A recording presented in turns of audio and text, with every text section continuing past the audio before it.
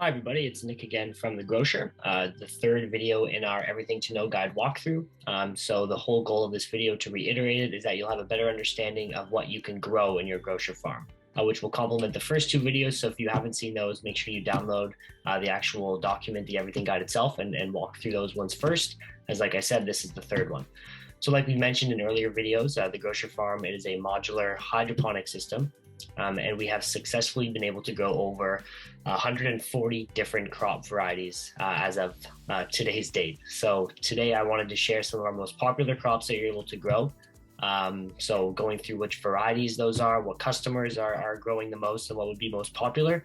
And you can also access a full list of the cultivars guide through our website, and it's actually in the appendix of the Everything Guide that pairs along with these videos.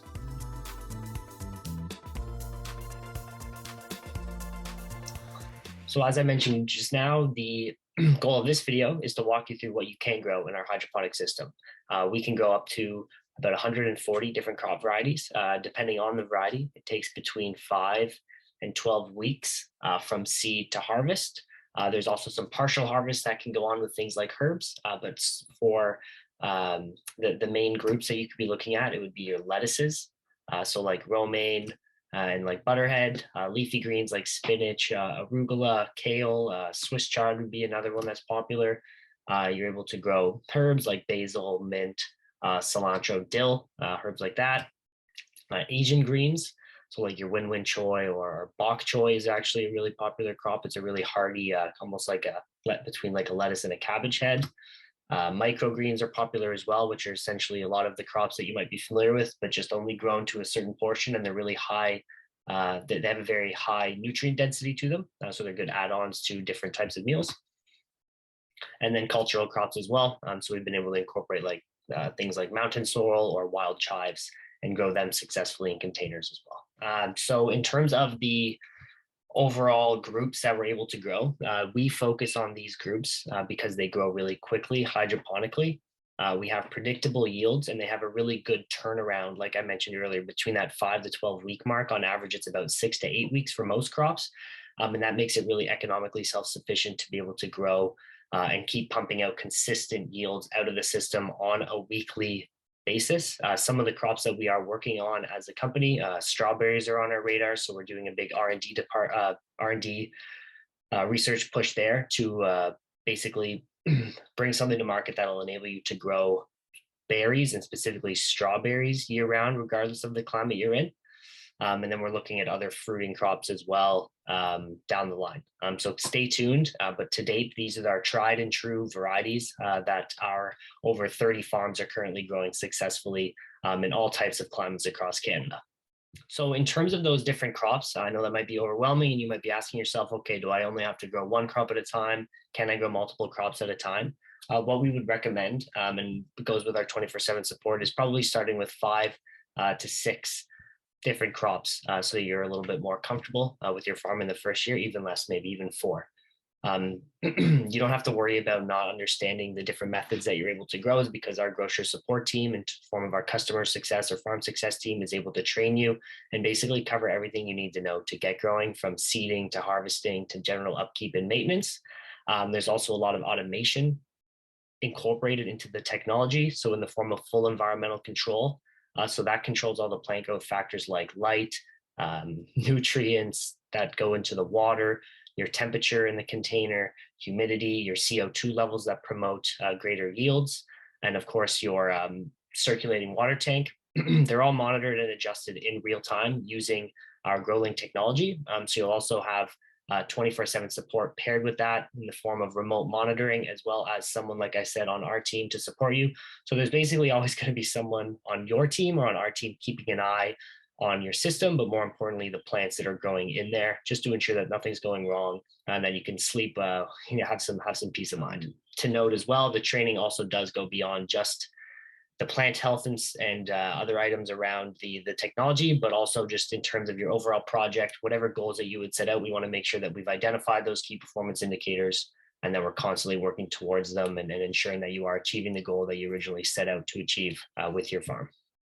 So there's some advantages of growing hydroponically, specifically with our growing containers. When you compare it to conventional agricultural practices, which is where most food is currently coming from, probably at your local grocery store, when the produce that comes from our containers uses, in comparison, 90% less water, uses 95% less land. It does have a longer shelf life, which also increases the quality for you, your community, and your customers. It's grown in a fully controlled and traceable environment, so you know exactly where it is coming from, or should I say your customers know exactly where it's going to be coming from. We don't use synthetic pest control products. We have a pretty robust IPM, which is integrated pest management strategy, that basically comes as a add along with your farm in addition to the program. Obviously you don't require as much transportation. So when you're able to grow it on site, whether you're a grocery store or an entrepreneur or a farmer or a nonprofit, people are able to pick it up maybe right at the container or somewhere nearby at a farm market.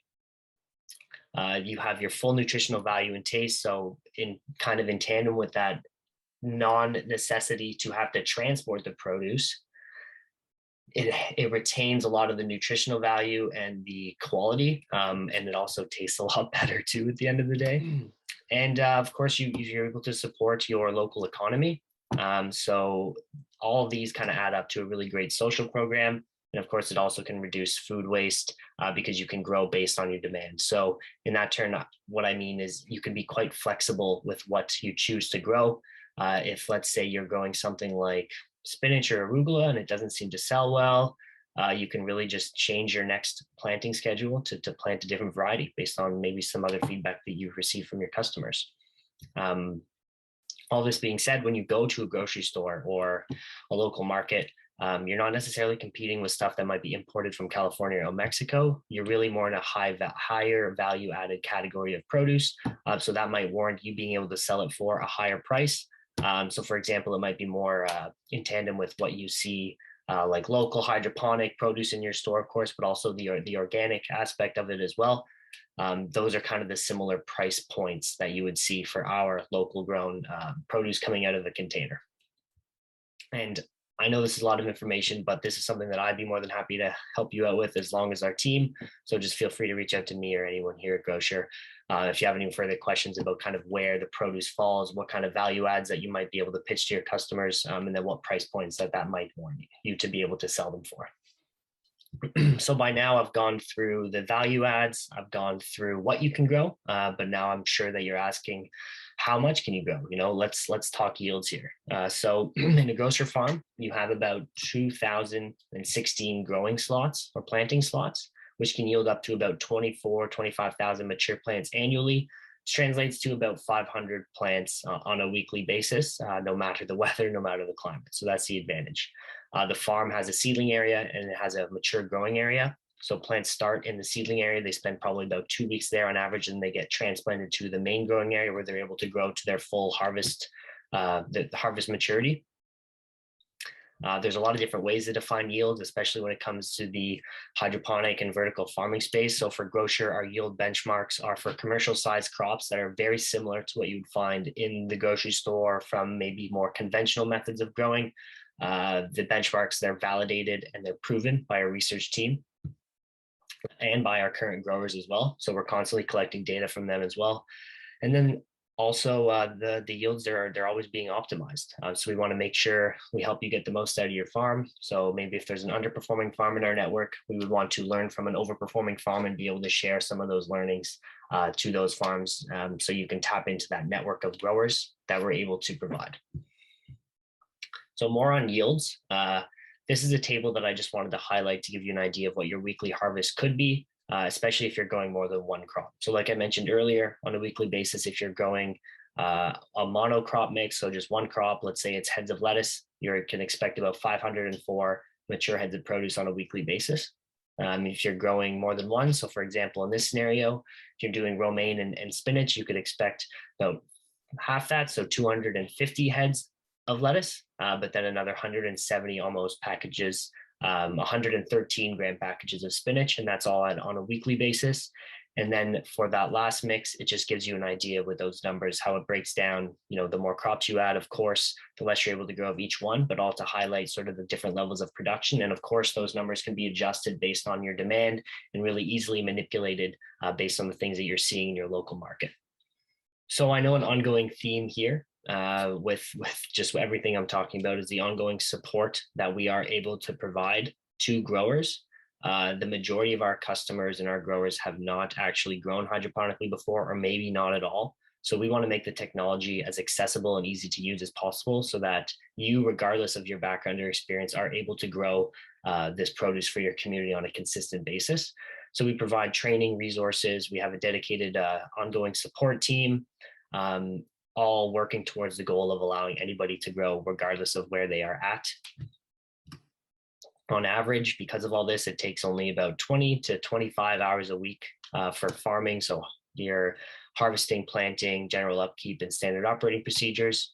You have your 24/7 remote system monitoring and support that I also mentioned earlier. So that's making sure that there's always sort of an eye in the sky on your farm, making sure that everything's running properly. And because of the 100% environmental control, you can have that peace of mind that you know that you don't have to basically live in the system. You have the access to the phone app and other means, as well as our team, all working towards that goal of ensuring that the crops in the system are healthy and that everything is functioning at its highest level. So all that being said, thank you for listening to the third video where we went over what you can grow and how much you can grow.